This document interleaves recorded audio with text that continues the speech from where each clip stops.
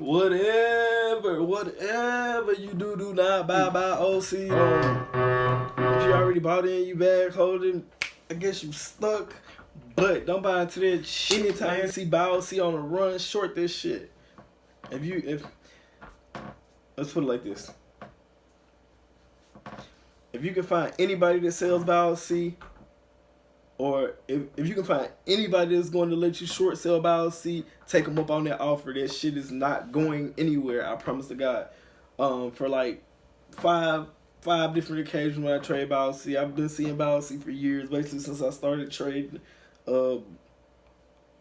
3 months after I started trading, I started seeing buy OC a lot. So this is a stock that I know I've seen a million times, and I've seen it drop a million times as soon as it shoots. I wish the best for it.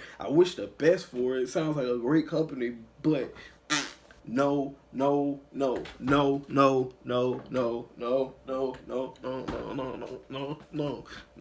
To buy